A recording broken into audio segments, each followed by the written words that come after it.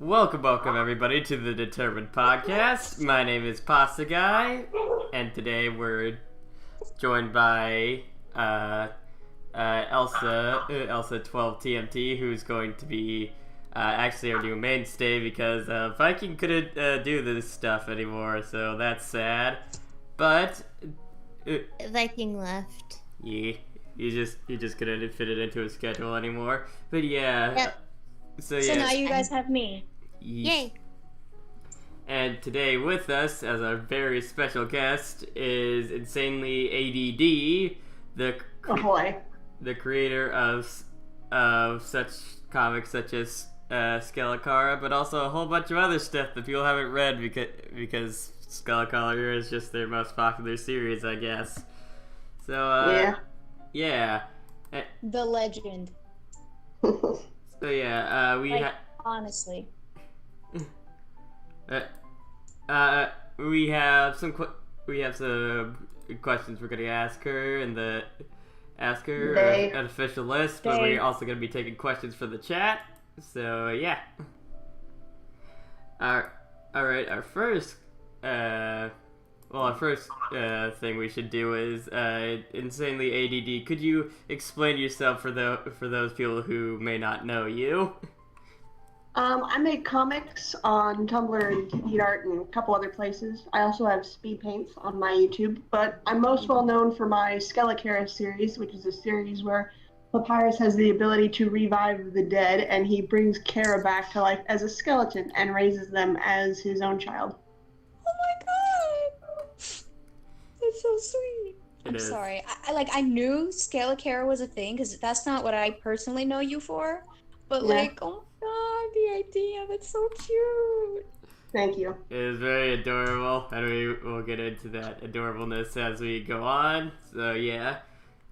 First question we're going to ask is, what caused you to want to create the comic SkeleChara? Well, I had been thinking about how, there's just so many AUs where everyone's just sad and upset all the time, and how there's not really a whole lot of AUs that are just, happy and fun and nice, And also how there's just a lot of AUs where, Azrael gets brought back, full goat form, he's got a soul again, but, very rarely Chara ever gets brought back, unless it's, Azrael's already alive again.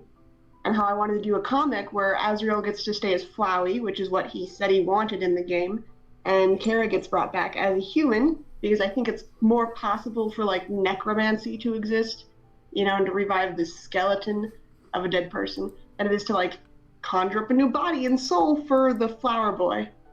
But that's just my personal opinion. So I thought it'd be interesting to do a new take on the whole Somebody Lives AU, which is really popular. Yeah. Yeah, so you're feeling, it's like that case where people say that when you're making something, you shouldn't write what you want to write, you write what you want to read type deal. Where I see this doesn't exist, so let me make it. Yeah, basically. I mean, you say with the whole Azrael thing, you gets a body back and soul and stuff and all that jazz. At least in my version, he basically had to go through hell and back to get his. So yeah, that was fun. I'm sorry, precious goat child. I have put you through so much shit, but then again, if every fanfic creator basically puts their characters through so much. I mean, not all of them. Yeah. There's some people not even, because I was gonna say oh, what about mom plates? And I'm like, nah, because I can get angsty too. I've read the fanfic based on mom plates. So not even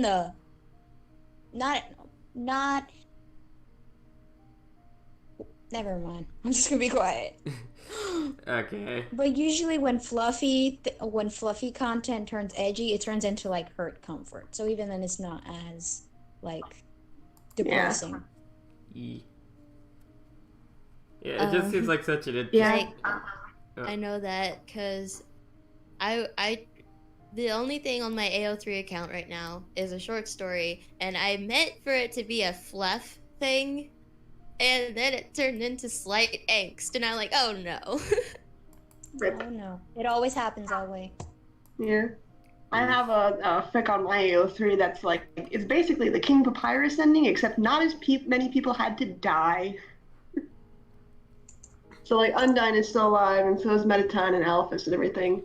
And it goes through like the normal events of like the neutral endings, except everyone's like, Undyne's kind of insane. I don't like that. So they overthrow her and replace her with Mettaton, and they're like, wow, Mettaton's even worse. And so they overthrow him and put Papyrus in charge finally. Right? We'll get this right eventually, dang it. That's interesting. That's basically, Yeah. I mean, that's basically all forms of government. We, like, put in one person, realize they're bad, and then we're just like, back to square one, but not to get too political because it's supposed to be an Undertale podcast, dang it. Yeah. Alright. So now we're talking a bit more about Papyrus. I believe one of our questions for you was,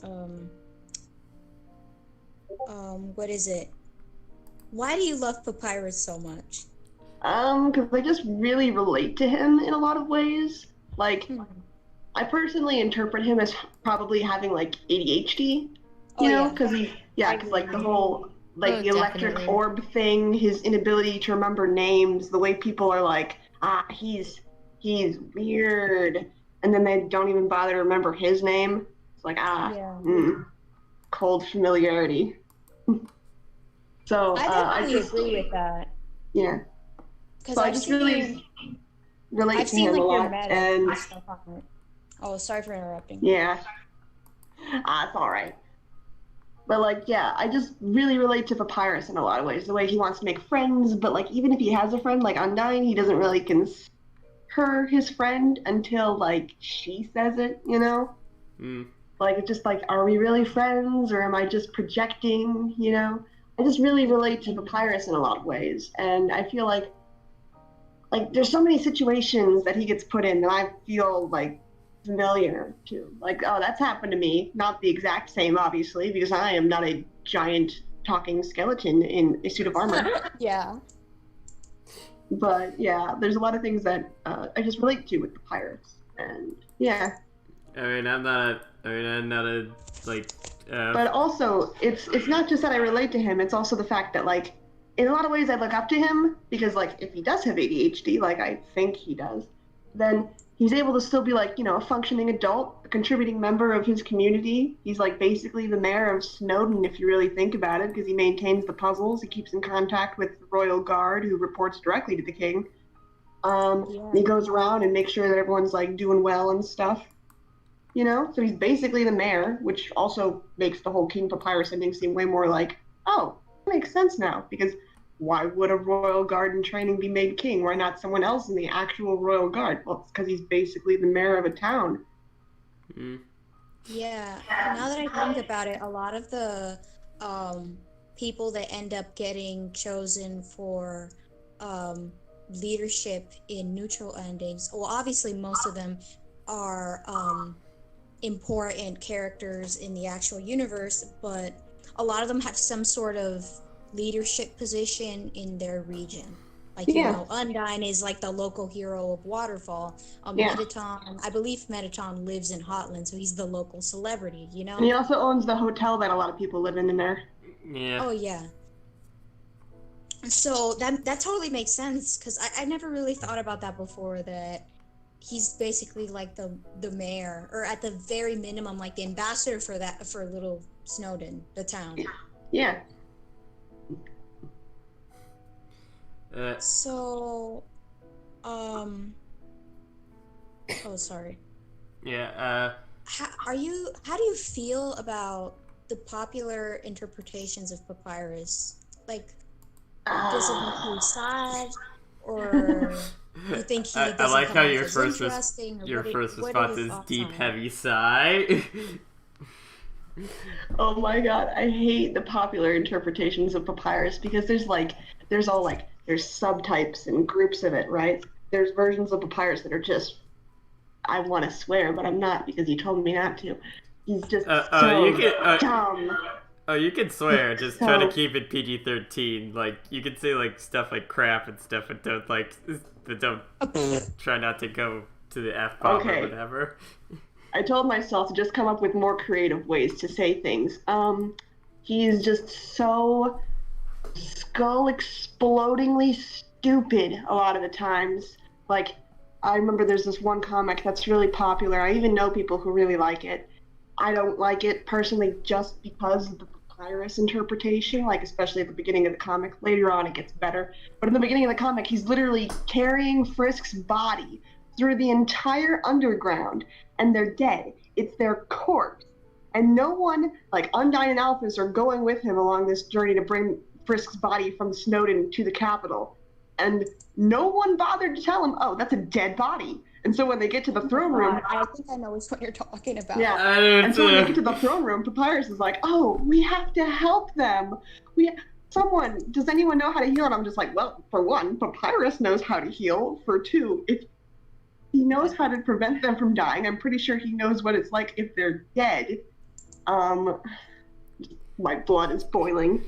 But like, there's other versions. Get that. I definitely understand that because I'm sorry. I dropped something.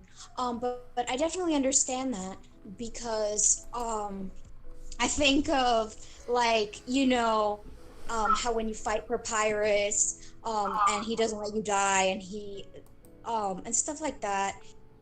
I'm sorry, I lost my train of thought. It's all right. Well, I'm pretty sure I know which AU you're talking about, and it really sucks because. I mean, I don't want to name it because it is a good comic. It's just that one part really bothers me personally. Yeah.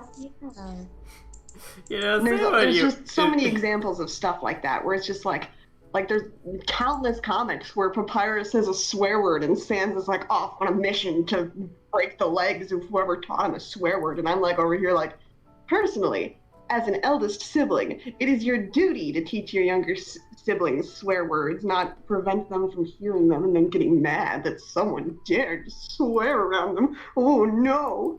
The thing is, my personal headcanon is that on Papyrus's 13th birthday, Stan walks in and he's like, "I'm teaching you all the swears now." I'm teaching you all the swears. Which is infinitely more funny.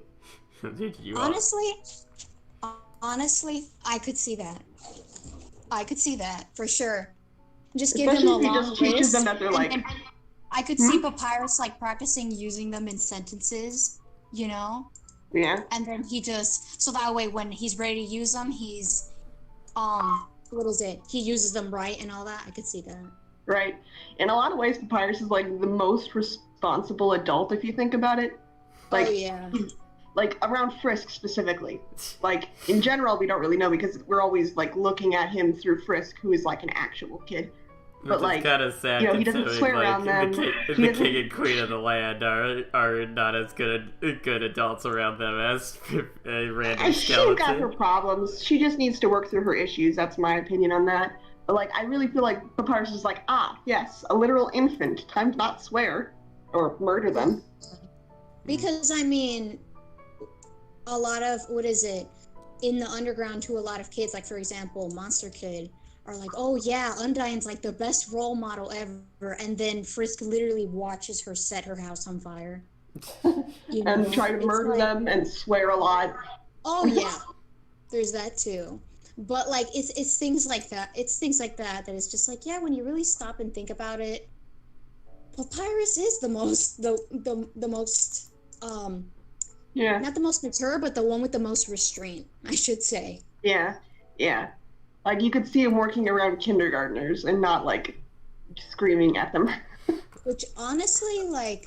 I don't think Toriel would do that either, but, like, I think she's the kind of teacher who might have, like, I don't know, something not appropriate for kindergartners at her desk. Like, I don't know, like a flask, maybe. Yeah, Because she's kind of like a wine mom, if you read the Q&A, she's like Sans and her are teasing each other, and she apparently drinks wine a lot, and it's like, that's cute. Speaking of that Papyrus... If she was a teacher, she would need high schoolers. Like, I could see her, like, calling them out, like, cheating and stuff like that. Nah, I think she'd baby them too much. Too hard on kids. I think... No, I think she'd baby high schoolers too much. I think she's perfectly suited for, like, elementary schoolers. Yeah. Which is what she does in Deltarune, Yeah.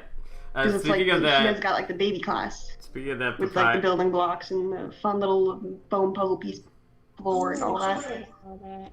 Yeah. So I think he is best suited for like the super young kids, but I really feel like Papyrus, as restrained as he is, he could be good for like as an elementary school teacher or a high school teacher or middle school teacher. He could work whatever. Because he's also very empathetic, and one of the things that allows somebody to be really flexible in education is being empathetic and remembering, you know, what it was like to grow up. Yes. And Papyrus, I could easily see him doing that kind of job. Yeah. Oh, speaking of that, though, this was something that happened in the Deeper Down server that I'm in, which is another fantastic comic you guys should go read if you haven't, where one person was like, you know how like sweet and everything Papyrus is. You know who he reminds me of? Mr. Rogers. Aww. Yeah, honestly. Oh yeah, I remember that. Yeah, and someone drew him in the sweater with him talking to some kids, and it was the cutest thing. Yeah, but like Papyrus is also the kind of person who'd be like, "Okay, now Timmy, go out over this bridge over the flaming spikes." You know. It's like, okay. I'll be right with you the whole time. It builds character. Yeah. He's very much like that. Like, fighting is good for the soul. Come on, take the bat to my knees. You think that he would be one of those you gotta learn by experience? Here's a intense experience. Try it out. No, because like you said earlier, he's got really like restraint. I think he's really good at measuring like the situation and being like, yes, this is what's required here. He wouldn't be like, okay, now I'm gonna throw you into the lake and you have to learn to swim. I could see Sans doing that though. Yeah, Sans would do that, honestly. Or Undead, basically. I'm just sure being like, okay, kid, here's how to teach you how to swim. Chucks. Yeah. But, like, that's what my grandma's dad did. He tossed her in the lake, and now she hates swimming, so, yeah. I think Papyrus is much more like, okay, this is what the situation calls for. Don't toss them in the lake. Teach them how to swim. You know? Yeah, so bringing it back to, like, in the context of the comic, what other things, because although we were talking a lot about, like, how Papyrus would interact with kids, like, in general, do you have, like, any inspiration for, like, do you think of any one specific or any specific, two people when you write Papyrus and SkeleChara interacting and stuff like that? Not really, like, in particular. Like, they're both kind of based off myself, because like I said earlier, I really relate to Papyrus, like, as I am now. But I really feel like a lot of the things that Chara does relate to, like, how I felt when I was in elementary school, right? Because, like, I was that kid who, like, well, like, first of all, I was undiagnosed with both bipolar and ADHD for the first 2 years of school. And, yeah. And so they used to do things like trick me into drinking sand water by telling me it was chocolate milk and stuff. Oh my gosh. Yeah, and they'd call me a stupid blonde because I couldn't remember anyone's name at all. And like I said, that was the undiagnosed ADHD, but they would, like, it was associated with how my hair at the time was, like, almost platinum blonde. It was so bright. So I just started to get, like, really annoyed by this, and it all kind of came to a head one day when I just smashed a girl's face in with my backpack in, like, the little side hallway where the kindergartners waited for the teachers to pick them up. So I really relate to Chara a lot because, like, I used to be very aggressive to try to get people who were just going to be there to, you know, be mean to me to go away, you know? Like, as a defense mechanism, like, if you can't handle me, like, being creepy as hell and talking about serial killers all the time, then I don't want you around me at all, you know? Yeah.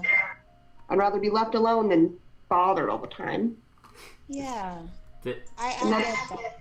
Yeah, and that's, like, what I get with Chara. I personally had a phase that was somewhat similar to that as well, where but for me it was more of a situation of, how do I put it?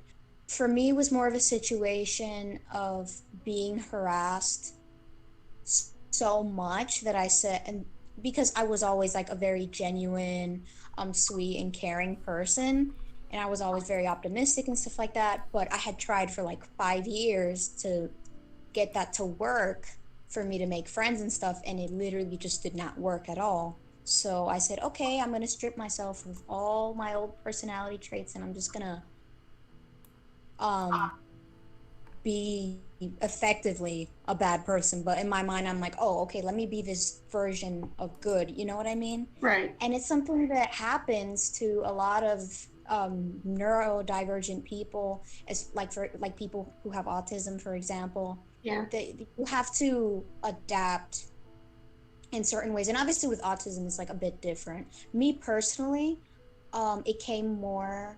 A lot of it came from my PTSD influenced a lot of it, and that's why it was such an extreme case. But even in like small amounts, when people treat you a certain way or they don't understand you, it's very easy to become standoffish and, you know, bite them first before they bite you type thing. And that's something that especially a lot of kids who, and I'm not saying that those feelings aren't valid or anything, no, they are definitely valid, but a lot of kids who haven't had a lot of experience with it and haven't they're not mature enough to know how to channel it into something else, like a creative outlet, or they don't know how to ground themselves and things like that. A lot of them will just default to destructive or antisocial type behavior because it's the only way they can figure out how to cope. Yep. And that's like how I feel about Kara. Like, they're like one of those creepy kids who was teased a lot for like something they couldn't control, like mental illness or something.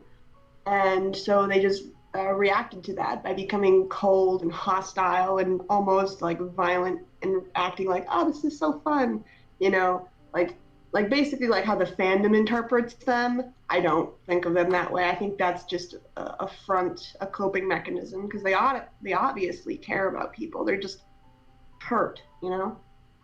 I honestly agree with that interpretation. I think it does make sense from like the point of, oh, what was it, the videotapes in the lab, the one that mentions when Asgore got sick because of the buttercups that were mistaken for cups of butter in a recipe, and how Kara's coping mechanism was laughter instead of something else. Right. And so yeah, that definitely makes sense.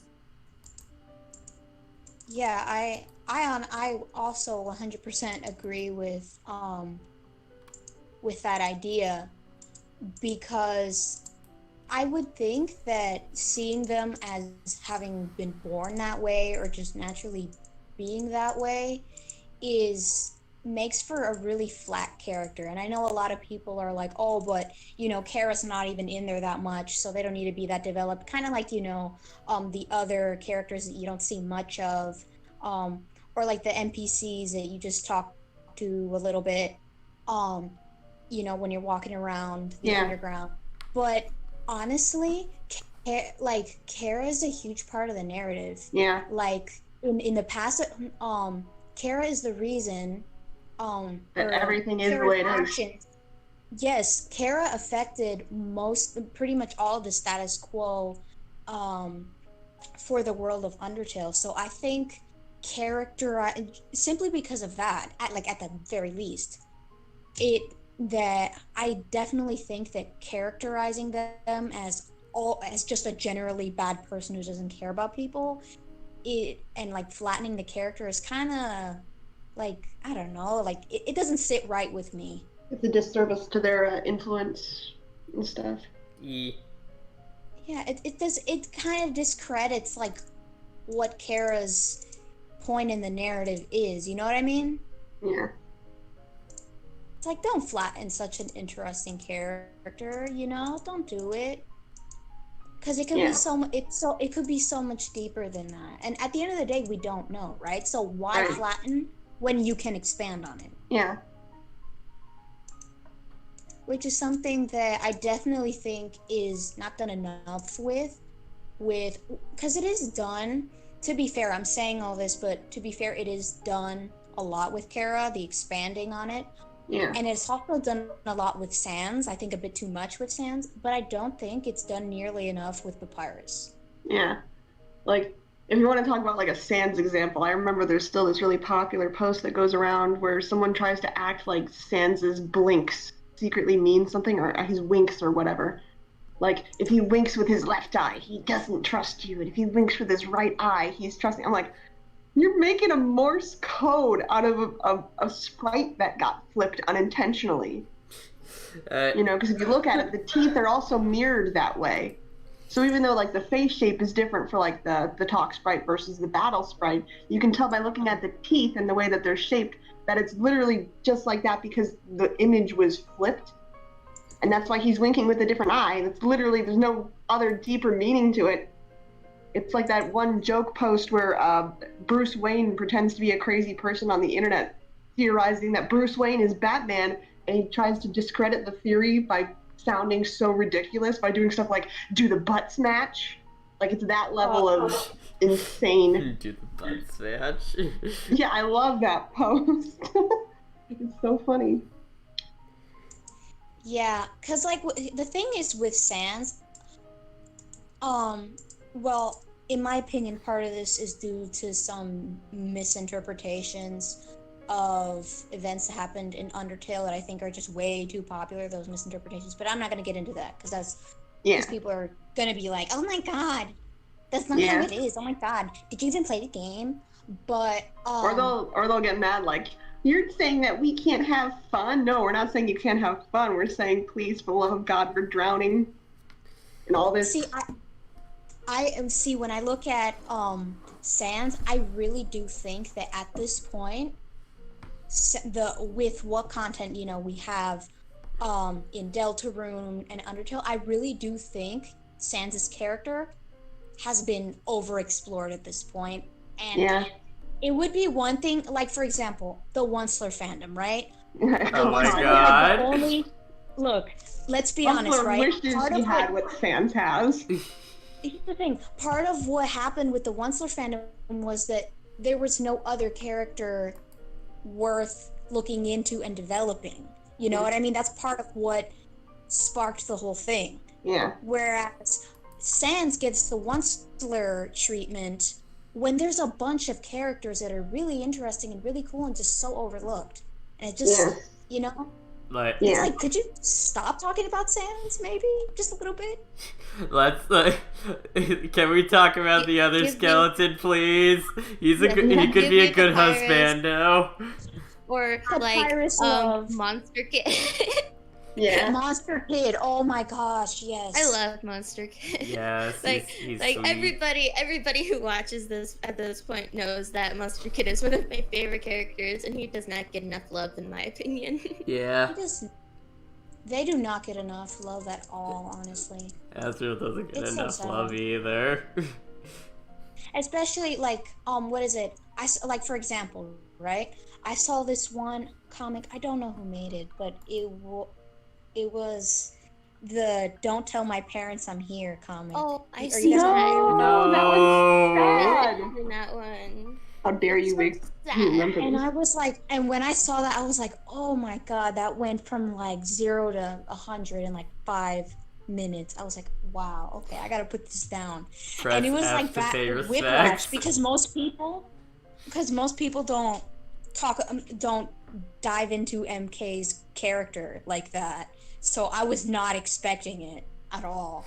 Interesting thing about that, I have a very interesting version of MK in my US Cupcake can protest because I made her. I know. Because I made her read out some lines and stuff. But one of the things that we didn't actually cover and stuff was that MK is friends with Frisk and Azrael in my story because Azrael does come back to life and stuff. Because of just some circumstances. We're not going to get into that. Anyways.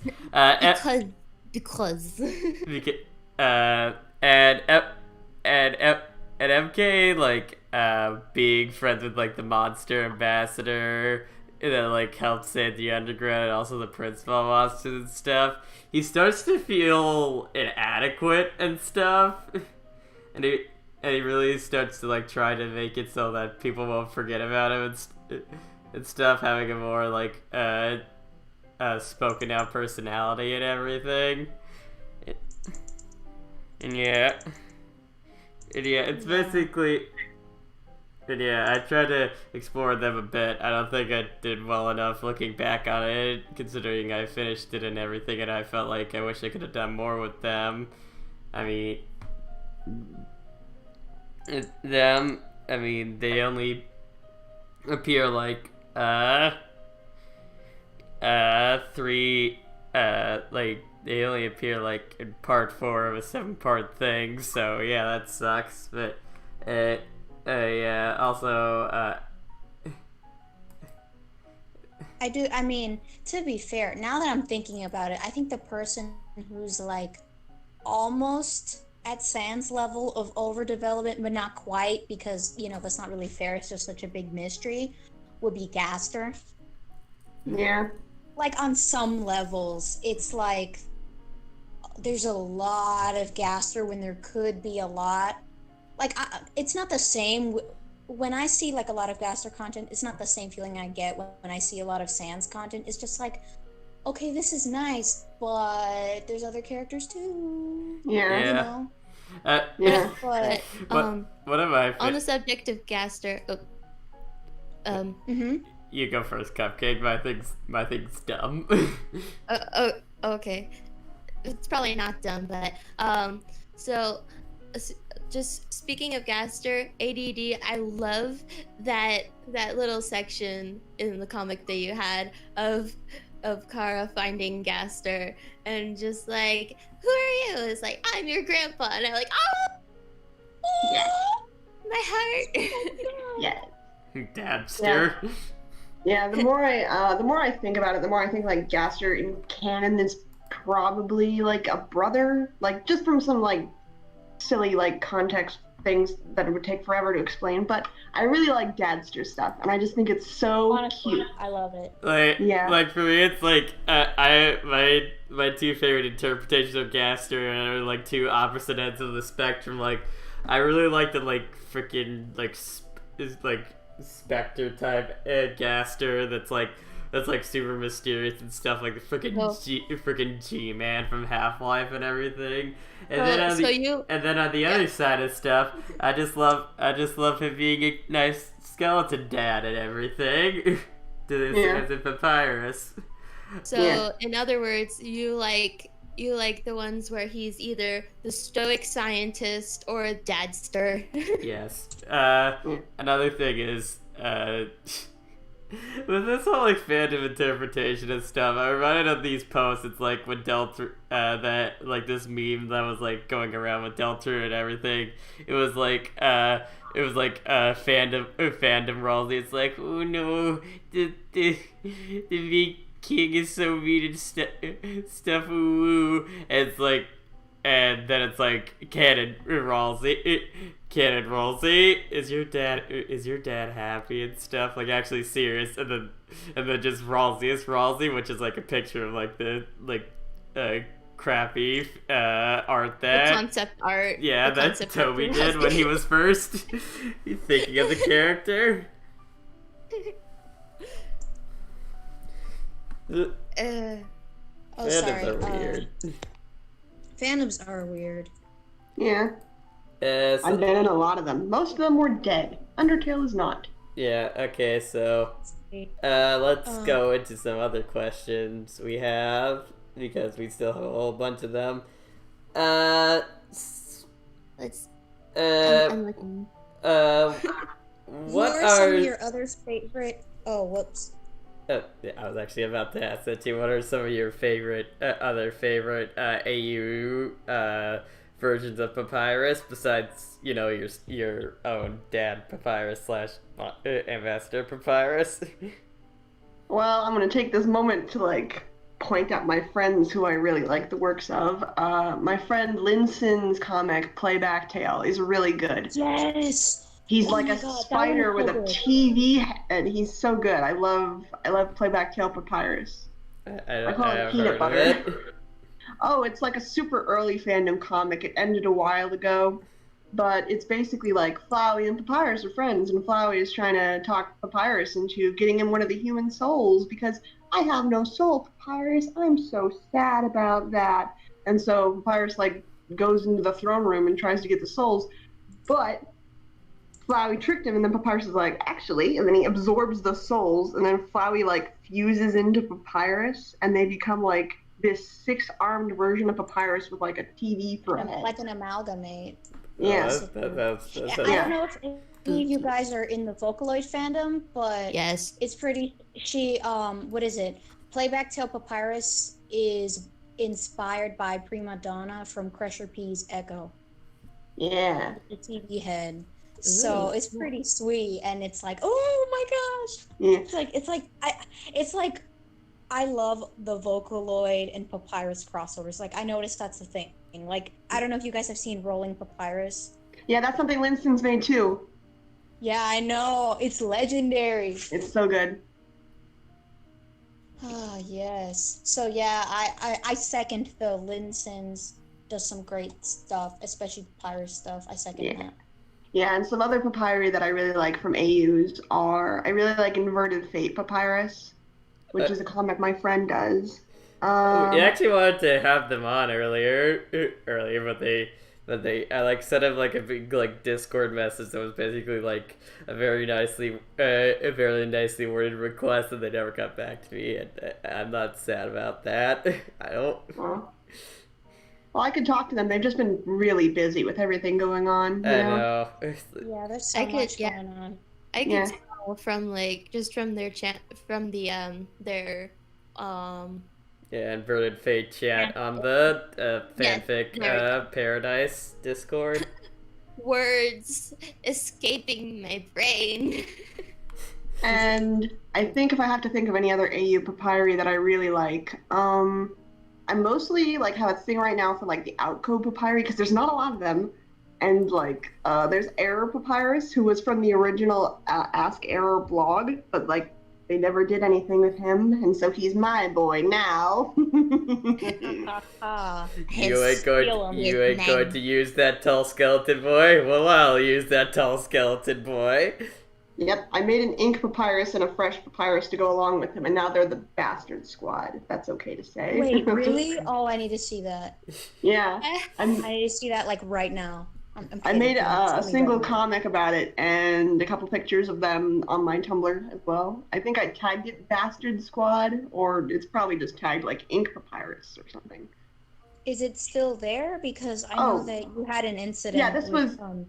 No, this was recently. I drew all this after the horrible accident in which I accidentally deleted my Tumblr blog. God, I hate Tumblr. It's such a mess. Every other website, you delete your account and they're like, you can recover it within X amount of time. Tumblr, no, it's gone immediately down the toilet. They don't want you back. I already escaped to Pillow Fort, so... I tried to use it, but everyone is like, all these social media platforms suck, and I'm just like, then go somewhere else, and they're just like, go somewhere else. I did. I escaped Twitter and went to Tumblr. That's not much of an exchange. No offense. No, it is for artists, for small artists, because like honestly, I had pretty much all the same art on my Twitter account as I do on my Tumblr account, and on my Twitter account they had like 1 like, whereas on my Tumblr they'll have like at least 5, and I'm like, yes, much improvement, very nice. Yeah, the search function is definitely much improved on Tumblr, because you can use as many tags as you want. Like only 5 will show up, but like at least it's not part of like the word count, you know. Exactly. Twitter's fucking cutthroat. When it comes to artists, you're either super popular or you're nothing. Exactly.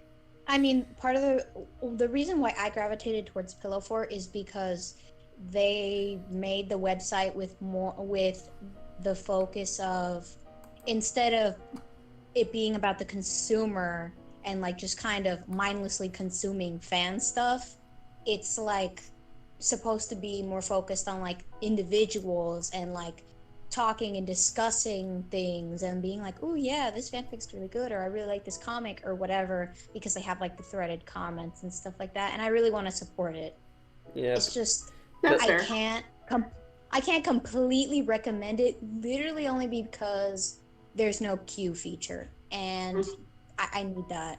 As somebody who I have a lot of mental issues, and I need a queue. That's the most simplest way I can put it. If I can't add stuff to a queue, then I don't know. Then I don't know about that. But anyway, that was a bit off track.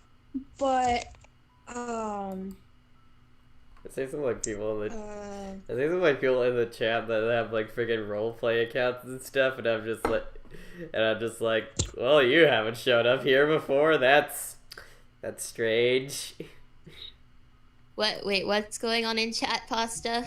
There's some like people like that have like the name like Azrael Dreamer and stuff that are freaking role playing as their characters and stuff, and I'm just like, okay, that's a bit odd for a.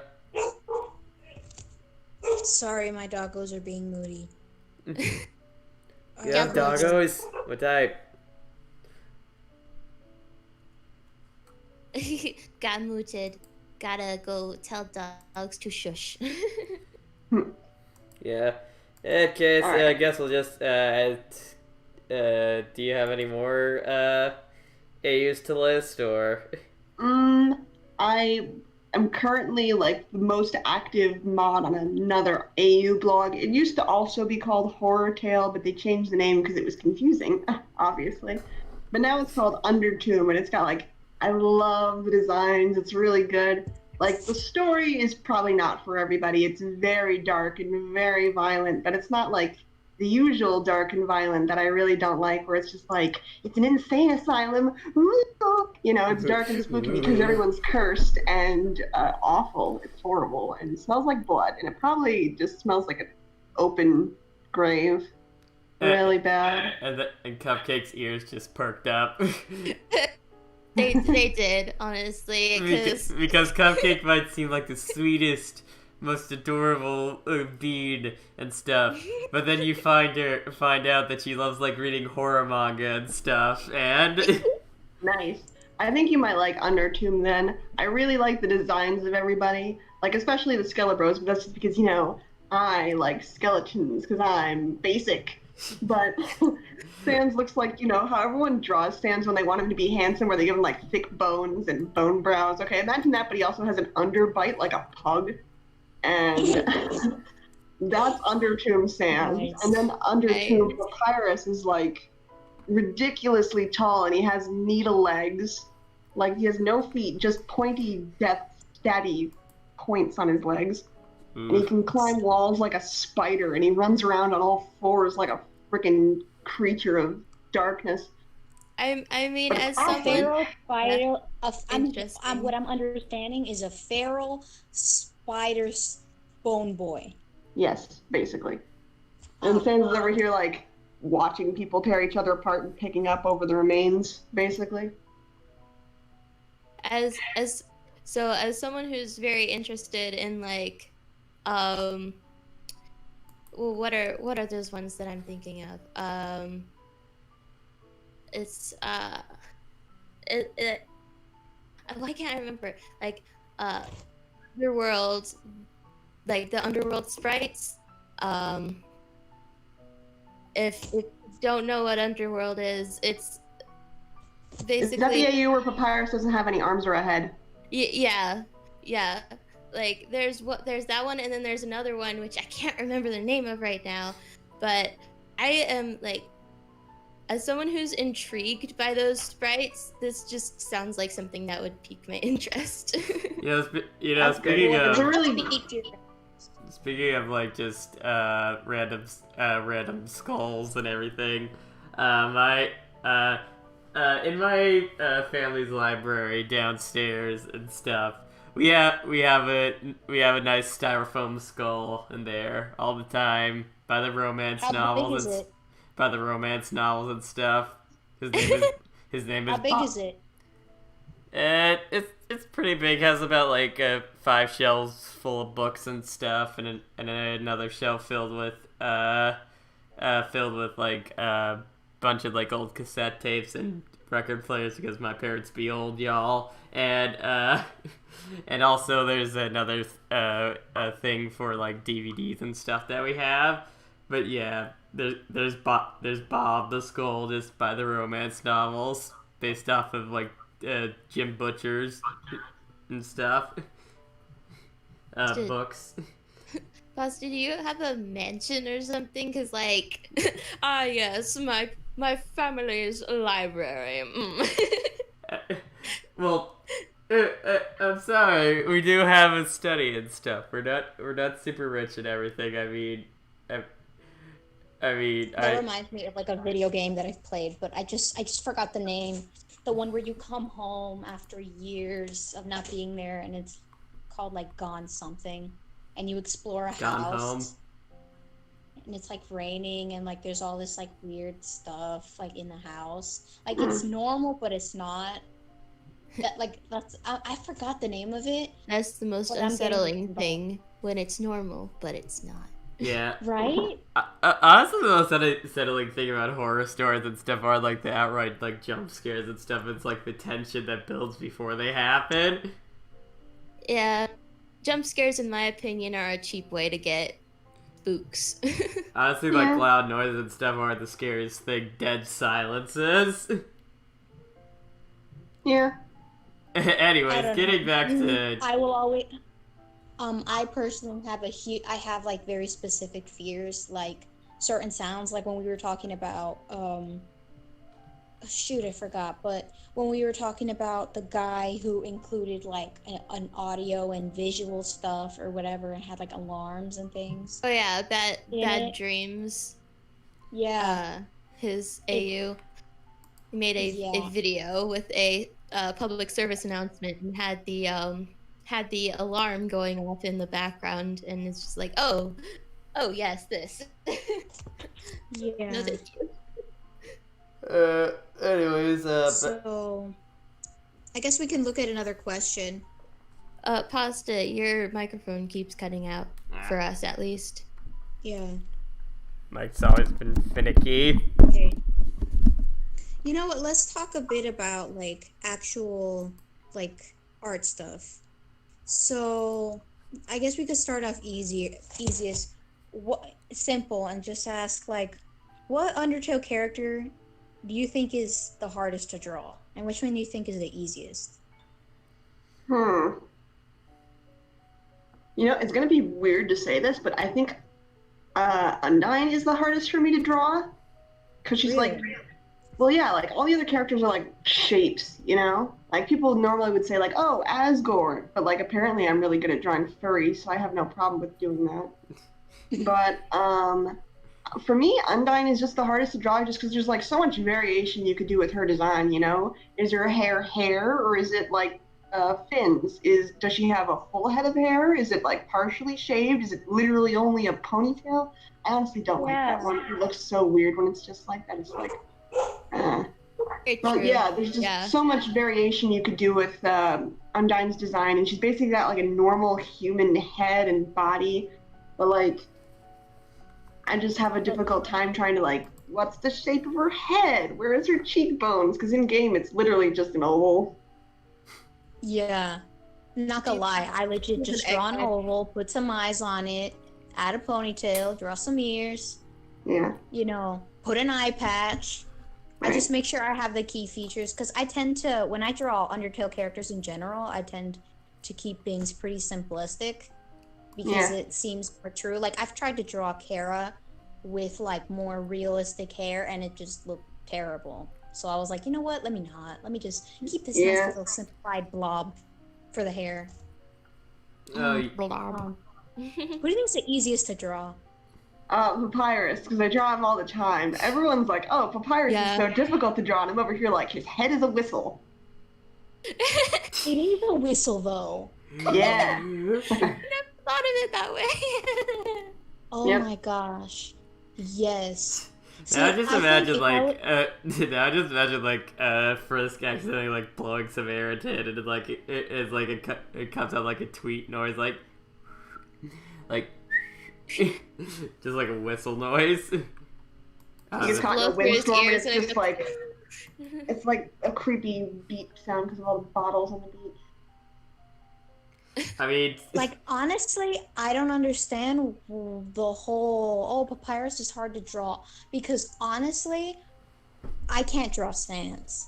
I can't. I struggle so much. You just got Steven Universe's head, because he's Steven after not surviving. God. Right? That's what it feels like. And, like, it's weird, because I guess for me, it's similar to how you feel with Undyne, that there's, like, so much variation, because some people make his like clothes super puffy, and some let it hang, like his hoodie hangs, and it's like I struggle with like the body type part of it, because I don't know. When I said that about Undyne, though, I meant like in game, because when she's wearing her suit of armor, she looks really buff. When she's not in her suit of armor, she looks like a fish stick, like a literal fish stick, which I think might be a pun. Low key, she kind of is. Yeah, and then her hair changes. Like, sometimes she doesn't have any hair on the front, and sometimes she does, and sometimes she has bangs, It's like, Toby, please be consistent with your sprite work. Like, that's the reason I find her so hard to draw. And then, like, in the black and white sprite for the fight, like, during the fight, then her hair is white, because it's, in black and white, but then at the date or whatever, in the garbage dump, then it's black, and it's just like, huh? Yeah. Toby, stop it! Toby, sir, please, you're killing us. I just find her really hard to draw because like her sprite work is so inconsistent. Like, what's canon, what's not? I think was one of the weirdest debates thing. The whole is Sans wearing sneakers or Sans wearing slippers thing. Oh my god, I remember that. Oh my god. I love how especially because there was merch with both, if I recall correctly. Yeah, I think Toby's doing that to us on purpose. He's tormenting us. I mean, Toby is a creature of chaos. Yeah, I wouldn't put it past him. Have you ever seen that one interview he did right before Undertale was released, where like he goes up on stage as a person and he has like a folder on him, right? And then he's like, "Oh, I got bit by a dog," and he keeps like coughing, and then he like runs behind the sofa, and the annoying dog pops up as a puppet. What? And he starts doing this cute little voice. Hi, I'm Toby Fox from Undertale. And he's just using this paper cutout of the annoying dog sprite as a puppet for the entire rest of the interview. It's so funny. I have not seen that. No, I need to see that now. What the heck? It's so funny. Like, it's a fan gamer interview. You could probably look it up if you do like Toby Fox fan gamer interview or something like that. Oh my goodness! I need to know. I need to see this. There's like 3 parts to it, I think. Yeah. But it's super funny. My favorite part is he asks the guy interviewing, "Have you played the demo yet, Dan?" And then Dan is like, "Oh, well, I haven't." And then like he says, "Yeah." And Dan's like, "What? Oh no." And then he like pulls the sprite down and then pops up a sprite where the dog is crying. It's like the same face, but there's like blue tear streaks going down the entire length of it. And he's like, "Dad, you hurt me, Dad!" And it's like the funniest thing. That's awesome. It's really good. Toby is a being of madness. Honestly, that's the type of thing that I would want to do if I ever made something and became popular, like Toby Fox. Yeah, Oh yeah. Toby Fox is basically. Are you really a modern day content creator if you don't constantly troll your fans? I don't think you are. Truly. Yeah. I mean, like, Toby Fox is a freaking meme at this point and stuff, and it's like he's the king of left field, and every time it's just like, and I swear, I bet he's like looking at a bunch of, I swear he just like every day he like opens up his computer and looks at Deltarune theories and just scrolls through and be like, ha, ha, they have no idea what I have in store for them. Yeah. Fans make a Deltarune theory. Toby Fox, amazing. Every word of what you just said was wrong. It's all wrong. That was never the plan in the first place. Dun, dun, dun, dun, dun. Okay, so back on topic. Yeah, back on topic. Art stuff. ADD. First of all, I really like your art style. I really like the smoothness of it. It's very delicious. Same here. Delicious? It's delicious. You're gonna lick the screen? Please don't. No, it's delicious to my eyes. Okay, but like low key though, I like that's some tasty artwork. I enjoy consuming your artwork. Aw, thank you. I think I won a raffle. I won a raffle prize. And you drew me something, and I was like, oh my god, this is That so was a good. Vocaloid in the style of Steven Universe. Yes, it was pretty sweet. But then, I'm so glad I downloaded it because obviously nobody knew that the whole thing was going to happen with Tumblr, because thank you Tumblr for being amazing. But anyway, speaking of like your art style, what art styles help shape your own personal one? Because I think yours is pretty distinct.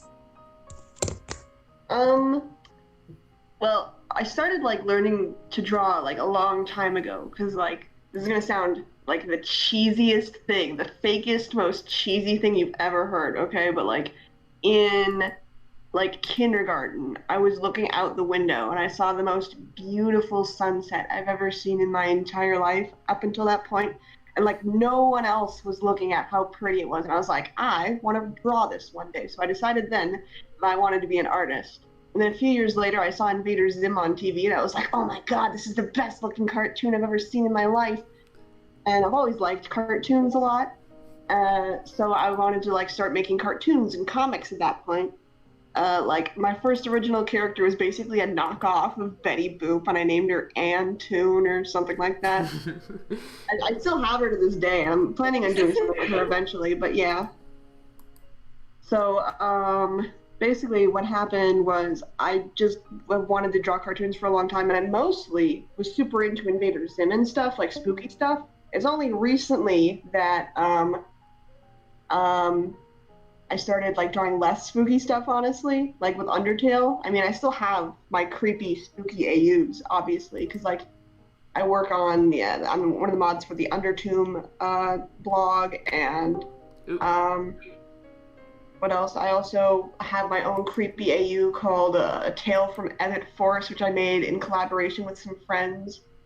And I have another spooky AU, which I haven't done anything with. It's called Under Party, and it's a play on Slumber Party. And basically what it is each monster's fight is based off a dream I've had. I don't call them nightmares anymore because they don't frighten me, but they're all horrible and terrifying. But I thought it'd be really fun to do something like that, where it's like each monster's fight is a reflection of their worst fears and anxieties. It's a really spooky AU. Interesting. That's interesting. Sans' one is basically like a talking sunrise. Being like, come on, Sans, you need to go face the day. I don't want to face the day. It's the heckin' sun baby from Teletubbies. Oh my god, that'd be truly terrifying. Well, they're all based on real nightmares or dreams that I've had. I think if I had to do Sans' one, it'd be like, God, which one would it be? I think it would be like my really weird ones where I'm like a serial killer, but like halfway through I turn into a penguin and stop an avalanche, and then I'm a serial killer again or something. Oh, I had a sweet penguin serial killer. I had a kind of like literally, like this is like the weirdest dream I've ever had. It started off as an episode of Castle, right? And so like they're in this bar in New York that used to be like an old parking garage or something. They're like, have you seen these people here? You know who they were last speaking to? They're like, we're looking for the Jack the Ripper of New York. And then like the perspective change happens, so it's no longer an episode of Castle, but it's just me sitting in this bar drinking like a hot cocoa, and I'm like, ah, shit, they're on to me. I gotta run. And so I go to Alaska, and then I temporarily turn into a penguin, even though there's no penguins in Alaska, and I stop an avalanche from happening and destroying a town or something, and then I'm back to being a normal person, and there's no snow, and it's like the Pacific Northwest, because, you know, it's like big, tall redwood and pine trees and stuff. And then I walk into like a diner, which has been overtaken with Slender Man cultists. It's the weirdest dream I've ever had. But I don't know. A lot of people, a lot of the aspects of it would be scary. Why can't I have interesting dreams like that? I had a dream once where I bled hair. What? I have a lot of really scary dreams. I don't know why. I don't. When I have dreams, like they tend to not scare me. I mean, it might be a symptom of me having a lot of blocked out traumatic memories, and then my brain is like, you know what? Let's just not. Let's make, even though your dreams might be sad, let's just make them like completely crazy. Let's just go nuts. So like, to a certain extent, I'm listening to you. Because, like, I'm listening to your types of dreams, and I'm like, oh, yeah, mood. Every time I go to sleep, that's what it feels like. Either that, or it's a high school AU. Yeah. And because I have, like, all these weird dreams, I thought it'd be fun to, like, use them as, like, this is a fight. It's the nightmare fight of this character in Underparty. Like, I have dreams where it's the zombie apocalypse, but I can't help everybody, so they turn against me and eat me alive. And I think that was originally either Muffet's or Papyrus's nightmare fight, because, you know, Papyrus wants to help people. But if he can't, and then they turn against him because of it. Or like Muffet, who wants to help her people and stuff. And I think her worst fear is not being able to, or being too late, you know? Yeah. So like I have all these nightmares, like they are based on real nightmares, but they're not exactly 100% the exact same as nightmares. Like the only nightmare I've had in recent memory that actually scared me was one, it's gonna sound so dumb because it's not even scary. Cybermen and Daleks. Like, they looked like them, but they weren't called that. They had teamed up, and they were burrowing underground and burrowing into buildings, you know, like fucking bank robbers in cartoons. And they were going into the buildings and dragging them down into the tunnels. And no matter how you ran, it was kind of like Tremors, you know, where it'll follow the sounds of your footsteps. No matter how far you ran, they would keep following you through the ground. And, like, no matter where you went, they would find you. And, like, I was legitimately terrified running for my life from these things. And the thing is, I've had this dream twice. Like, almost 1 week after the first time I had it again. And it was, like, a continuation of the dream. Because the first time, I was caught. And this time, I ran farther. And I woke up before I got caught this time. It's great. And just, yes. I believe I've had a dream like that before. I've had... Those are not fun. Yeah. I've had most of my dreams, though, I don't feel anything. Like, they're so weird. Yeah, just so abstract and everything. You don't, like, wake up, like, scared or terrified. You're just like, what was that about? Brain, explain yourself. Yeah. You know, for, like, I've been in this fandom for, like, years and years and stuff. I've never had an Undertale-themed dream, though. Not even, like... not even like tangentially involved. Like, I had an Undertale. I just remembered a few that I've had. There was like one. I think there was like one Undertale dream I had where it was basically, where it was basically, it was like. This is like one of those like weird half dreams you get when you like stay up too late and you start to like fall asleep and stuff, but wake instantly back up. And it was like I was like fighting Gaster, and it was like all pixely and stuff, and like weird like video effects and stuff were happening all around me and stuff. Yeah. It was just my Undertale really dreams odd. are the weirdest ones that I've had. Like, I had one where Papyrus picked up a whole cantaloupe and took a bite out of it like an apple. That was weird. I mean, I know people who have done that and will do it again, so that doesn't sound like me. Oh, God. And the other dream I had that was Undertale related, I've only had a couple. And the other one that I had was Sans and Papyrus stole some baby pandas from crazy North Dakotans who vacuumed their daughter to see if she was reincarnated. Sweet. Yeah, my dreams are really, really weird. See, for me, it's less that I'm like, oh wow, that's weird. And for me, it's like finally somebody else who has the same level of weird dreams. Yeah. Except mine tend to be like really, I mean, I don't know if this is true for you too, but mine tend to be some kind of variation of an adventure or exploring in some way. Mm-hmm. Either that or they just kind of like suck. Like it's about something that just kind of sucks. My dreams normally involve me being a serial killer. I remember this one dream, it was really funny. Trust me, it's funny.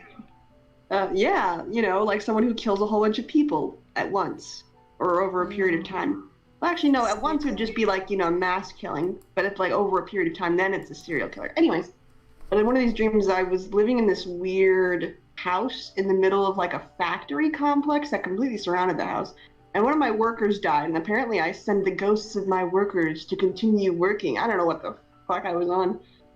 Sorry. But I picked up his body and I chopped off all his arms and legs and I shoved him in the oven with his clothes still on, and it started to smoke, and I was like, I forgot to take the clothes off. Silly me. And then the ghosts of all my dead relatives appeared in my home and started laughing at my self-deprecating joke. It was very weird. Filmed in front of a live, filmed in front of a dead video audience. That's hilarious. Oh, like dreams. I was trying to think of any Undertale dreams that I've had. I just remembered. I literally dreamed that I was Frisk. Like I literally went through the entire underground as Frisk in my dream. I had like a dream where I just experienced Undertale, and I remember waking up being like, wow, that was epic. And then I forgot all of it, and I was so upset. I was like, no. Oh, I don't know if any of you guys have experienced this, but have you ever had a dream that had like a really interesting plot or whatever, and on a certain level you knew you were dreaming, and you were like, okay, I'm going to take notes and like remember all these little bits and stuff so I can turn this into something when I wake up. And then you wake up and you forgot most of it. God, same. Yes. Especially something I will do. Like, I don't know how I do this in my dreams, but sometimes I'm like, oh, wait, hold up, rewind. I want to see this part again so I could get a good idea. And like, I'll have the same dream effectively like 2 or 3 times because I'm rewatching. And it's just like, and then at the end of the day, there ends up being no point to it because I can't remember. On that subject, have any of you ever, like, just been dreaming and are having an interesting dream with, like, what feels like a plot, and then you wake up because alarm clock, and then you're like, you push the snooze button, and you're like, okay, let's continue this, please. So you like push the pause button on your dream, wake up, and then go back and push. Yeah. Yeah. I haven't. I never had dreams that coherent. It sucks being interrupted when like something really cool is going down, or somebody's about to get exposed, or you know, somebody's on the way to dying, and you're like, hold up, I want to know what happens. But I don't want to wake up. I want to find out how the story ends. My brain's telling me a story. I want to know the end. Yeah. I am very guilty of oversleeping because I wanted to finish a dream. I've done that. Yeah. And it will probably happen again. Oh, geez. I'm not a good example for that type of thing. So. All right, let's get into. I think it's interesting. We started with art or something like that, and then we just. Yeah. Yeah. All right, let's do some other. Let's do some other stuff then. Okay. So you had many different AUs, such as Warptail, Abbott Forest, and many others before SkeleChara. Did you think that SkeleChara was going to be your most popular one? Not really. I mean, I just drew the comic page to like get the idea out there because I really liked the idea, and I wanted more people to like, you know, have nice AUs to look at instead of, you know, Sans is insane and he murders people all the time. But also Yeah, gets shit basically. with himself. Don't forget about that part. That part's very important. Yeah, so instead of Sans AU where he kills everybody and cries about it, number 37,552, I wanted a nice AU for people to like look at, like, Sans is there, but he's not the center of attention, and he's also not insane or angry or an asshole. And he's chilling, he's having a good time, you know? He's having a break. Let him rest, please. And then Papyrus is there, and he's important to the story, and he's not an idiot or a child or anything like that. And Chara is there, and they're like the main character, but they're not like evil. Yeah, and they're not a perfect angel either, because those tend to be the two Chara varieties. We have the can do no wrong and has done all the wrongs. Yeah. Ooh. Chara's like, I went back to the beginning of time and created evil itself. No. They're like 11. I am the devil incarnate. I am the bad guy. Yeah. No. But yeah, I definitely understand that. Yeah, I didn't think it was going to be any more popular than my other comics, but I was just like, I think people will like it, you know, like if anyone sees it. You know, like the people that I had following me at the time. I think I only had I think I was under 2,000 followers when I started it, and then before I deleted my blog, I had just gotten over 5,000. That was annoying. Gotta work my way back up. It's all right, because people really enjoyed the comic, and I'm glad. I think one of the big appeals is always of your stuff, like your stuff in general, but also SkeleChara, is like it's kind of refreshing because it's different, but not so different in the I don't know who these characters are. What do you mean you made an AU about the ice cream guy? You know? Yeah. Like, it still contains a lot of the elements, or it still contains a lot of the things that people that are popular from Undertale, but it's like a different take, right? But not even just like a what if, but I don't know. Yeah, it's just a different flavor. Yeah, like I mentioned this in a speed paint I did where I ranted about Papyrus and how I'm tired of him being written badly. And I was ranting about how, like, I have the decency to, like, look at canon when I'm characterizing, you know, characters. Because I feel like every character is somebody else's favorite character. And you should have the respect to be like, well, I'm not that big a fan of, like, Mettaton, but I know that other people really like him, so I'm going to try to write him like canon, because that's just the easiest thing to do, instead of, I hate Mettaton, and I think he's an asshole, therefore he's going to be the biggest fucking asshole to ever walk this earth. Sorry, I keep swearing. I mean, that's how a lot of people's mentalities First are, step and I totally of agree. the stream. Yeah. I mean, if we are under the PG-13 rating system, you at least get one, and that's it. I know, but I've said it like 3 times. I'm sorry. But like, yeah, and it goes the other way too, though. Like, if you really, really like a character, then suddenly this character is the most important, and they have all the things.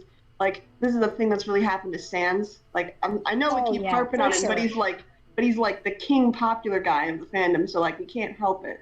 But like, he's stolen traits from like every single character. Basically. I know, it's so like annoying. He's stolen the nightmares from Papyrus. He's stolen the fact that he fought in the war from Toriel and Asgore. He's stolen the fact that he's like super important scientist who made breakthroughs from Alphys. And he stole human hating from Undyne and being super powerful from Undyne, I guess. Because like Undyne's super powerful and she hates humans, and that's like 2 of the big things about her. And then Sans is over here like, I despise humans. Every single one has tried to kill me. Like every single one except for one, like in the context of the story I'm referencing.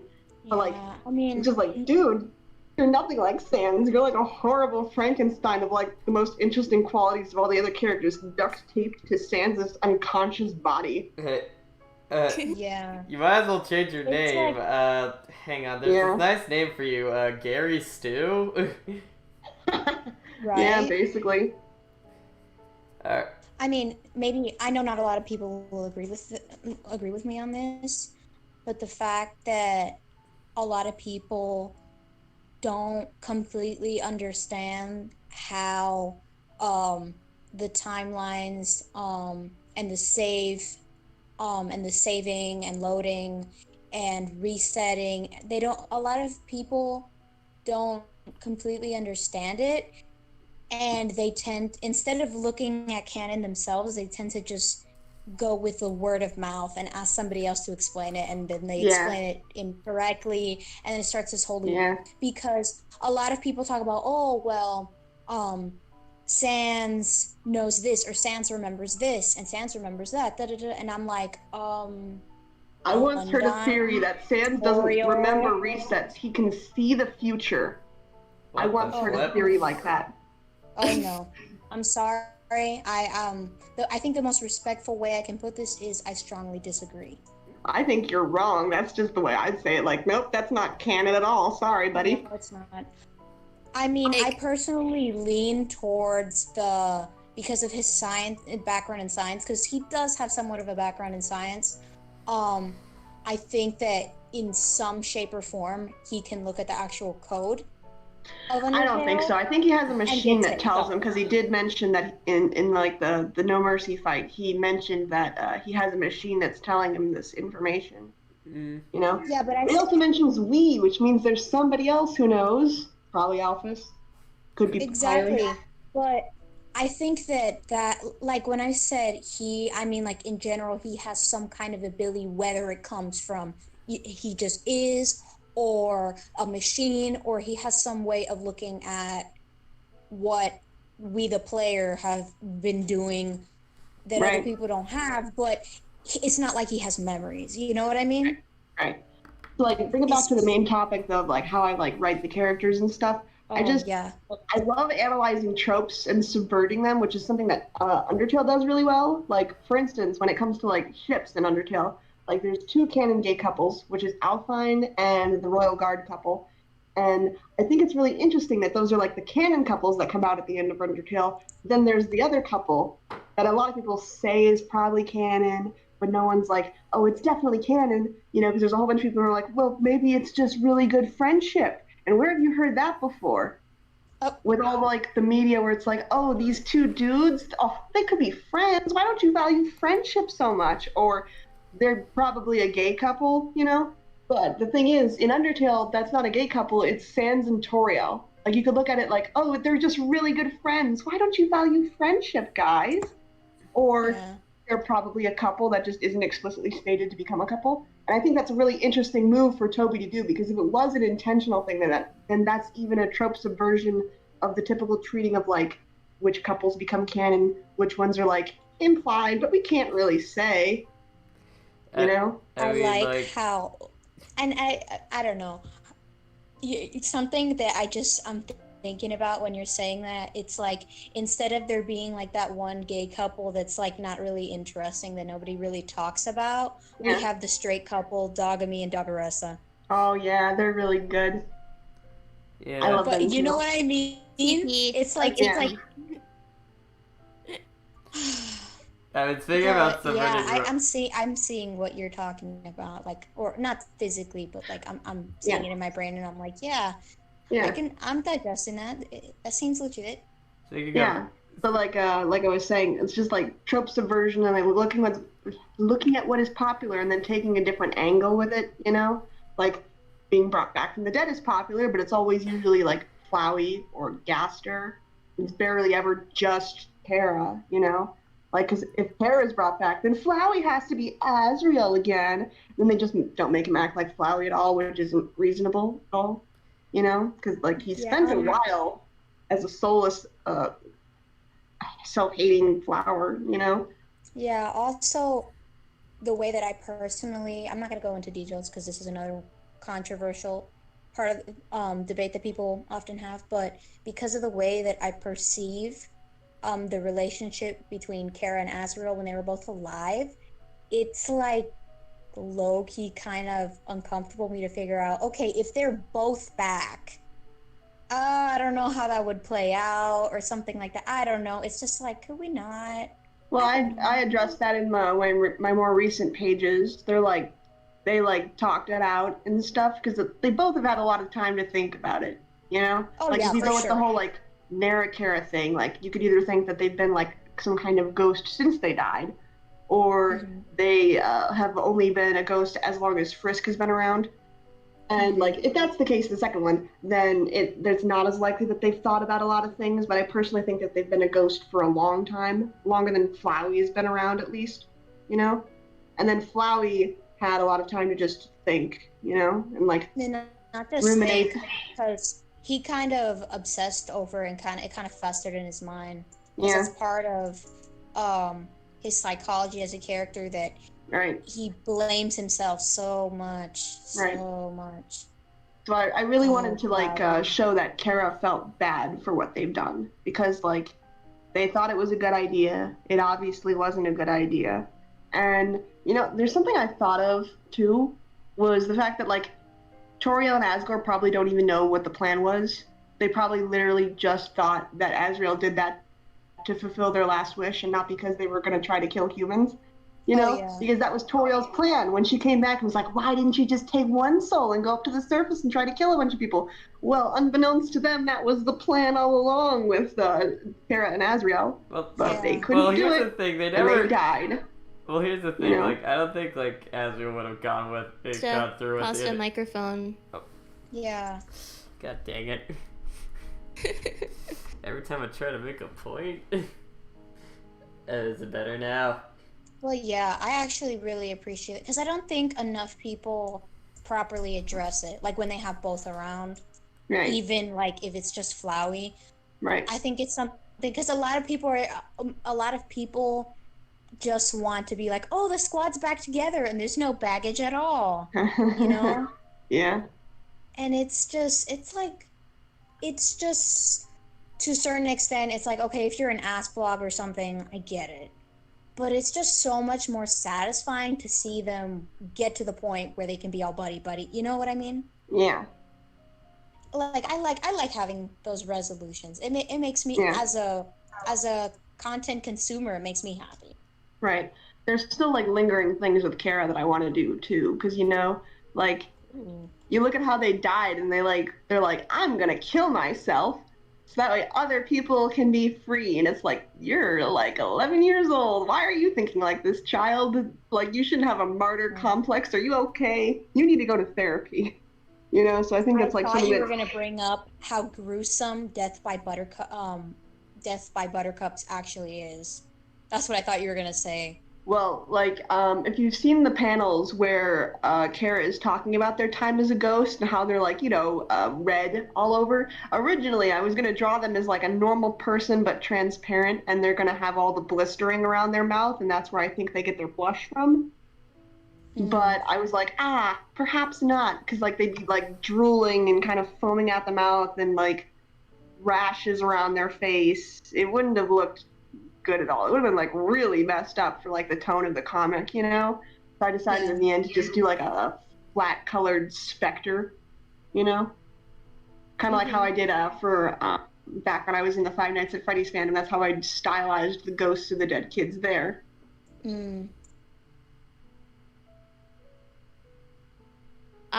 What is it with games and fandoms and stuff and dead children? I don't know. Maybe because it's just, honestly. I mean, maybe just because it's the really it's super sad to think about, but it honestly happens a lot more than it should. Oh yeah. In fact, it should never happen. So it happening at all is more than it should. But you know what I mean. True. Yeah. So. You know. Well, is there any other questions? Oh yeah, there's a couple more, but we have a couple, don't we? Or yeah. Are there any in chat, Pasta? I can't look at Pat. Yeah, one last thing about the subverting tropes thing you were talking about earlier and stuff when it comes to romance and everything. You know what I did in my story that probably just makes every Hollywood screenwriter's head explode and stuff.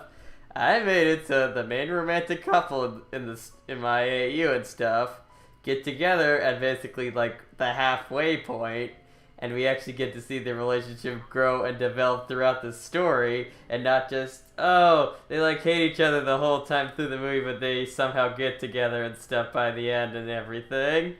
No. Yeah. Gee, wow, I've never heard of that before. Wow. Isn't that impossible?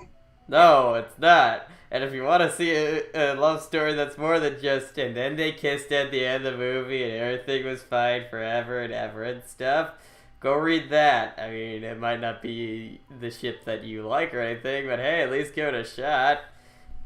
Instead of it just the entire time just being Baka, and then being Right. kiss me, senpai. No. Just like No. no. Top Like, 10 no's. Why you do this? Oh, I've gotten a couple weird people responding to my comic like, why isn't Papyrus dating anybody? Why is he a single dad? And I'm like, huh? Because the single dads exist. Yeah, like literally, like I'm not gonna go into the backstory behind it because it's bad for me. But basically, on like the comment section in one of the dubs that was done of my comic, someone was like, Papyrus has to find somebody or else he'll die. Or being a single dad is now a terminal illness. What? Oh yeah. Don't you know, guys? Everyone has to have a romantic relationship by the end of your story to be truly happy. It's not like people just like don't end up with any partner or anybody sometimes. All the asexuals laughing in the background. Me included. I mean, if Papyrus got together with anybody, though, it would just be my self-insert. So, but I know too many AUs that are just like, this is a really great concept. By the way, the main focus is these two characters getting together, and it's not even that well written. Have fun. And it's like, no, come on. I want to see my favorite character and not these two, you know? Indeed. Yeah. Okay. So, are there any other questions? Yeah. How do you feel? How does it feel having it where your comic that you probably spent like just like a couple of days on now has a video with over 4 million views on it with that one Sans Comic TV dub of the first part of SkeleChara? I think it's wild. Like, it's crazy to think about. I mean, that's kind of happened to me before, though. Like, back when I was in the Five Nights at Freddy's fandom. This happened without permission, though. Someone took my comic and set it to music. They didn't even dub it or anything. And then they just posted it in parts as I updated it. They didn't even tell me. I just found it on YouTube one day. And I was like, I don't like that. And like the first part had like almost 1 million views, and every subsequent part had like hundreds of thousands of views. And I'm over here with my speed paints at like a solid 200 going, that's nice. Why weren't you asking to do that?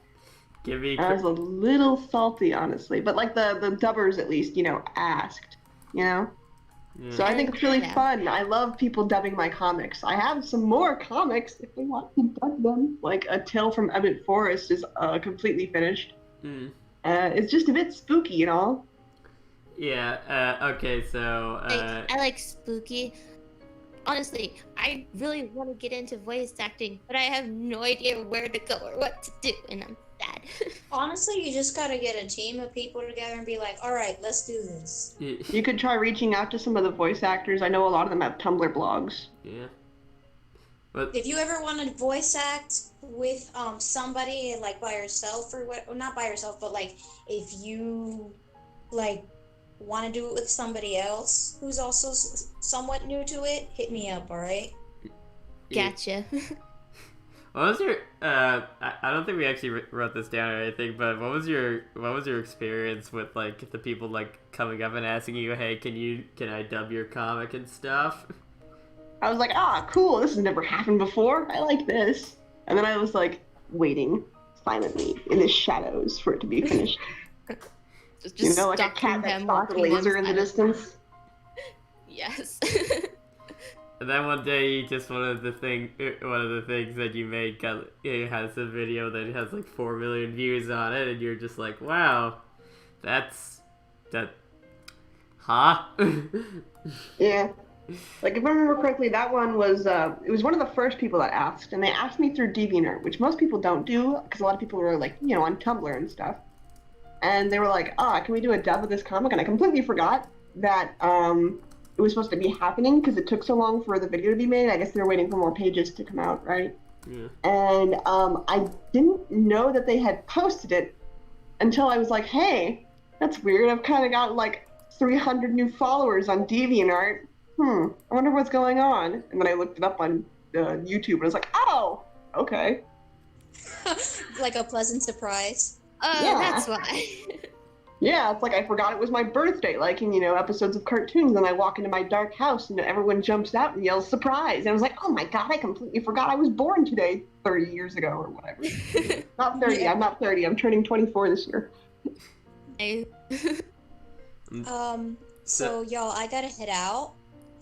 It was great talking with you guys, though. It was fun having you, Elsa. It was good talking to you too. Yeah. For coming. Thank you for coming. Same for coming. Stay just keep determined. being a legend. And, I shall. Peace. You couldn't stop me. No, good. I probably couldn't. Anyways, yeah, Elsa. See you later. Good day, See you later. Elsa.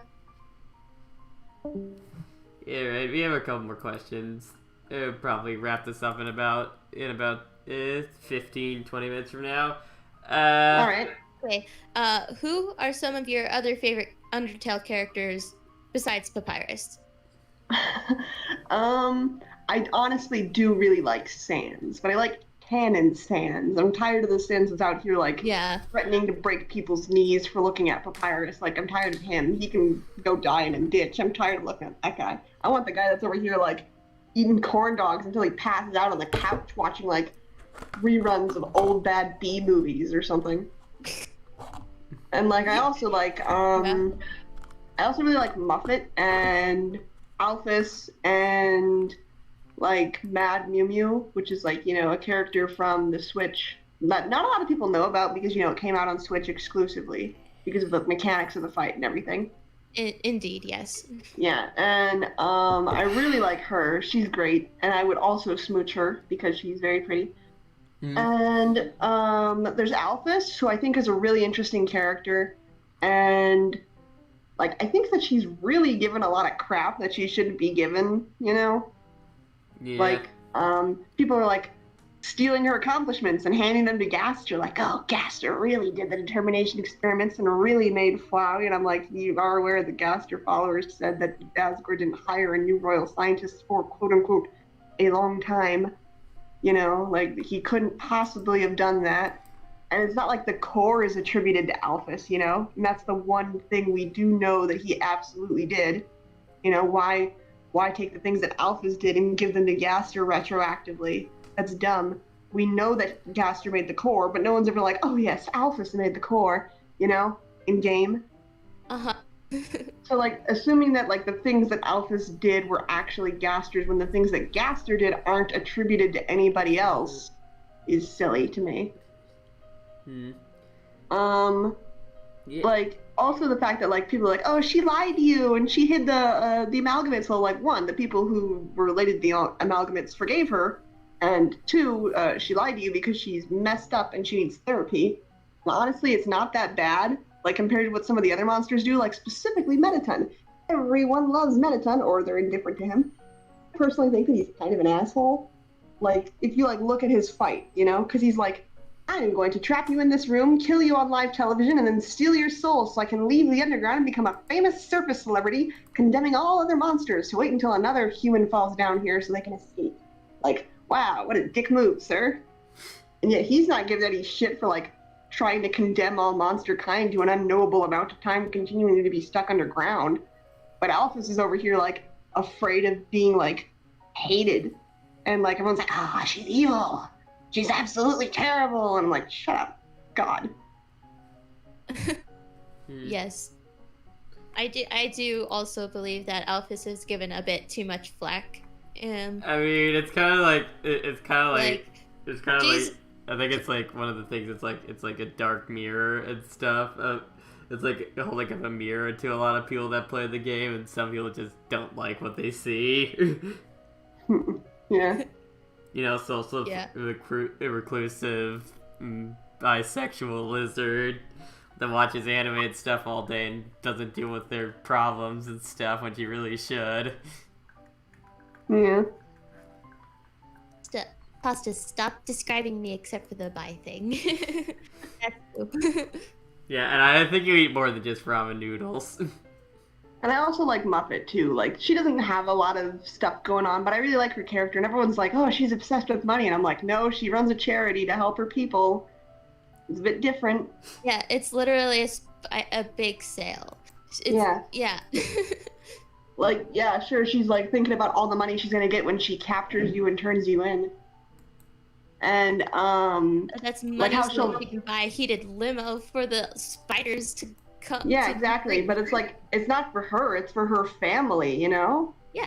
So it's like reducing her to being all about money and like, I don't know, dressing in silks and satin and wearing fur and having gold and diamonds everywhere. That's not at all what she's like. In fact, if anything, I mean, she lives in a cave. I think she's living in a cave specifically so she doesn't have to pay rent, so that way she can save as much money as possible. So if you think about it, Muffet is actually like a super like selfless character. She's just very aggressive because she wants to help her family, which, you know, I think is understandable. Exactly. Like, fandom, stop turning Muffet into Mr. Krabs, like, honestly. Yeah. She's much nicer than Mr. Krabs. I think there was actually like a SpongeBob thing. It's one of those like SpongeBob things and stuff. Right. Maybe it's the way you're dressed.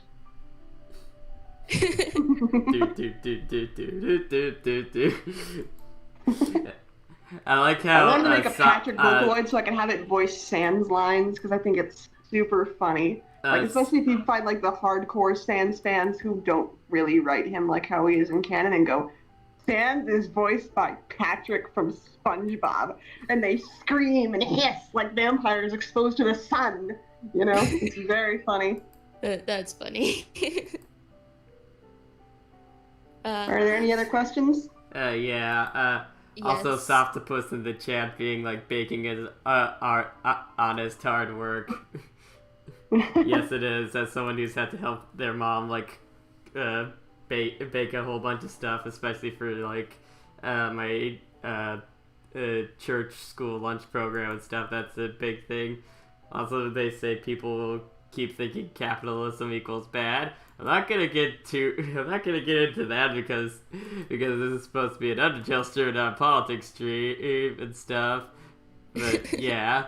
Anyways, but yeah, as someone whose dad is a retired baker and whose mom and dad both owned a bakery together, I can attest to how difficult baking, like, many different types of pastries and such can be. Yeah. Okay. So are there any other questions? Yeah. Yes. Okay. Pasta, it's your turn. Where did you come up with the idea of Papyrus being a dad, or Dad Papyrus for short? Well, if you look at like, I think it was the Undertale Greenlight trailer, the text is describing there being a mom character, and Papyrus is like, "Is that me? I bet it's me." And then if you like look at the actual phone calls in Undertale, like not just the ones that you can do with Papyrus, but also the ones at the end of the game and stuff. Like specifically, this is a fun fact that I love. The ending, the neutral ending that Horror Tale takes place in, it's the same. That phone call is the phone call where Papyrus is like, "Yeah, as we go into the ruins and help Turiel, and she can go into like, you know, the rest of the underground and like hang out with people and go to the library and read new books, you know?" And like that's the call where Papyrus canonically says that he thinks he's going to be a great mom if he like finds any of the humans that fall down. And I'm like, that's cute. So like Papyrus canonically talks about being a parent more than like any character except for the actual parents, you know? So I think that was like a really interesting thing about his character, and like especially since so many people want to pretend that he's like actually secretly a child or whatever, even though he's taller than a whole bunch of other characters that are adults. He's a beanpole. Yeah, he's just a tall stable because he's a skeleton. And so I think that's a really interesting part of his character that not a lot of people think about, you know, because like how often do 14-year-olds talk about doing taxes or being a mom or, you know, et cetera, et cetera. Like there's a whole lot of things about Papyrus that prove that he's an adult. And one of those things is the fact that he really wants to be a parent, apparently. So I was like, I'm going to make him a parent. It is destiny. I've actually done a couple things in the past where Papyrus is a parent. Like, one was like a joke with a whole bunch of like the ship kids I made up, where it was like, Papyrus is waiting at the door and Sans asks, "What are you waiting for, bro?" And Papyrus is like, "I'm waiting for a few deliveries," which is a pun. I didn't realize at the time, but it's a pun. And then Papyrus is like, "Oh, they're here." And Sans is like, "That's great. They?" And he turns around and Papyrus is holding like 4 babies. Because I just find it really interesting that Papyrus would just kick down the door, walk in with an infant in his arms one day and go, "Sans, I'm a dad now," or a mom now, or whatever. And Sans just is dying of a heart attack in the corner like, "Holy shit. Mother, please, some forewarning." Bro, I love you, but what the heck? I do remember that, like, somewhat being in the SkeleChara comic, and I laughed at that part. He just bursts open the door. He's like, "Sans, you're an uncle now," and he's like, and then Cara's just like, "Boop." Yes. I love the boop. Skelly Snoot. Skelly Snoot. For those, this is the last question we have, and it's another microphone. What? It's another art one. For those who wanted to get into drawing, what are some tips you can give them? Well, I really started out by like imitating the styles that I really liked. Like, Invader Zim, for instance. Honestly, that's not a good one to start with. It's very hard to draw in that style, It's like very as your angular. first one. Like, you don't know anatomy, you don't know where elbows are supposed to go on a person. Please don't draw in that style. You will die. You will implode upon yourself and turn into a black hole. But like, yeah, just imitate styles that you really like and try to draw like them. Like, look at them and like really analyze, like, how do they draw like the collar of a shirt? How do they draw eyes, fingers, noses? What's the typical way that they draw necks, head shapes, etc., etc.? Because there's a whole bunch of things that you can really look at. Like, for instance, there was a while where I was just kind of confused by how many cartoons in a row, it seemed, had like the same hands, where it was like the wrist is the same width as the hand, and the hand only has like 3 little nubs on it for fingers. And those cartoons were Regular Show, Adventure Time, The Marvelous Misadventures of Flapjack, and Chowder. They all had like very, very similar ways to draw hands, and I thought that was kind of odd. I mean, now I know that a lot of those people worked on like cartoons together, so maybe that was like mutual influence or just a really easy way to draw hands for the animators. And so like, look at like the elements of cartoons that you like and try to draw like those cartoons. Like, you can draw the same characters that are in those cartoons, or you could take what you learn by looking at the individual pieces that make up the characters and trying to imitate the style but make something new in it, you know? Like forging a painting. Except it's making a new character that looks like it could be in the background of like Steven Universe or Courage the Cowardly Dog or, you know, on and on. Yeah. Speaking of Invader Zim, like, that Enter the Florpus movie was so good. It was. Me and my brother like watched that together, and we were just laughing through a lot of things. I think our favorite joke in the whole movie was like it was the ham thing and stuff. Yes. The ham was so good. Thunk. Just how much build up it got, and then it's just like used to just bonk Invader Zim on the head and stuff. It's just great. Yes. I love that movie. It was so good. I love that movie. But yeah, my advice is just basically like break down styles, draw what you like from them, draw them over and over and over again until you get them right. Also, anatomy is really important. Like you think it's not important. Oh, and this is another thing. They don't really teach you it because it's kind of implied along with anatomy, but counting things. Like how many spikes does this person have in their hair? How many buckles do they have on their boot? That's a really important thing that I didn't really think about when I started drawing, you know? I would just be like, oh, his hair is really spiky. And then I just draw an agitated sponge on his head or something. Or like when it came to boots, like the character specifically had 3 belt buckles on his boots. But I would always draw like 11 because I was just like, oh, he's got belt buckles. It's fine. It doesn't matter how many there are. When it really did because it looked wrong when it was the wrong number. So like just counting things. Because a lot of the things are really like come down to like how many stripes there are, you know. Like for instance, a lot of people will draw like new drawers. Will draw like Frisk or Chara or Azrael with like 100 stripes on their shirt. But it's really just like Frisk only has 2 pink stripes and Chara only has 1 yellow stripe and Azrael has like 3 or 4 yellow stripes. I forget. I don't look at his sprite that often because I mostly just draw Flowey. But yeah, so it really comes down to like counting a lot of things and trying to remember like, oh yes, this character only has like 3 belt buckles and 2 hair spikes and 1 stripe on their shirt or et cetera, stuff like that. Because it's very important because you know when like little kids draw hands for the first time, they just draw like a spiky bush instead of, you know, 4 long nubs and 1 short nub, you know, because they're not counting how many fingers because it's not important. They're just drawing a hand and a hand just looks like this. But counting is a lot more important than you'd think. So, yeah, counting is a good thing to do. Yeah. Definitely. All right. Like, I think we're going to wrap stuff up if no one else in the chat has anything to say and stuff. So, yeah. Thank you, InsanelyADD, for coming on the show. It was very nice to have you. Thank you. It was nice talking. And hopefully you'll be able to come back someday or whatever. Maybe we could do a big like spoilers thing for your comic and stuff.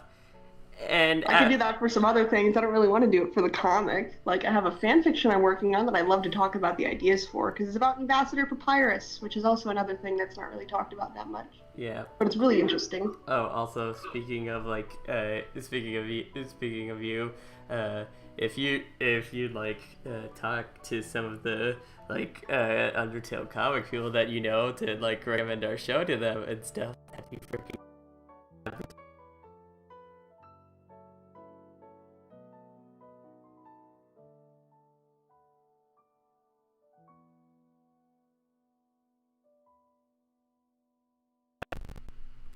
Okay, thank God.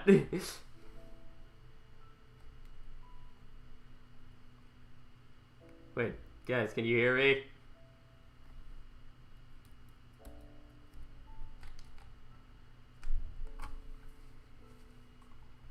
Guys?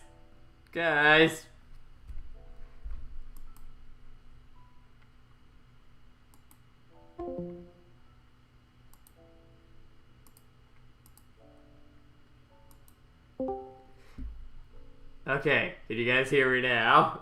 Yeah. We could hear you before. Well, I couldn't hear you because my computer decided to just explode for a second. But is the stream still going then? The stream's still going and stuff. For some reason, my audio just cut out. Weird. Okay, but yeah. Anyways, if you'd like to advertise to your Undertale comic friends to come on to the show, that'd be great and stuff. I could try talking to them and see if they have the time. Or some of the dubbers and stuff. Just know that our schedules are flexible because it is the middle of summer and we just have no lives really. Right.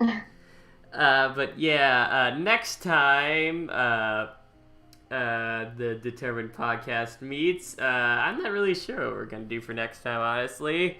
Thought I would have figured something out by now, but we'll figure something out. Yeah. We'll do it. Maybe we'll do another like themed episode like we did a little while ago with Deltarune or everything, or we'll have it, or we'll find another very special guest to invite on. I don't know. We'll just have to see. Yeah. So anyways, thank you all for watching. Have yourselves a great night or whatever time of the day it is, and remember to stay determined. Stay determined. Stay determined, yeah. And happy 4th of July. Oh yeah, happy 4th of July for all you Americans, and happy random Saturday in July for everybody else. I mean, it's still 4th of July no matter where you are. It's just not Independence Day. Yeah. Okay. See you guys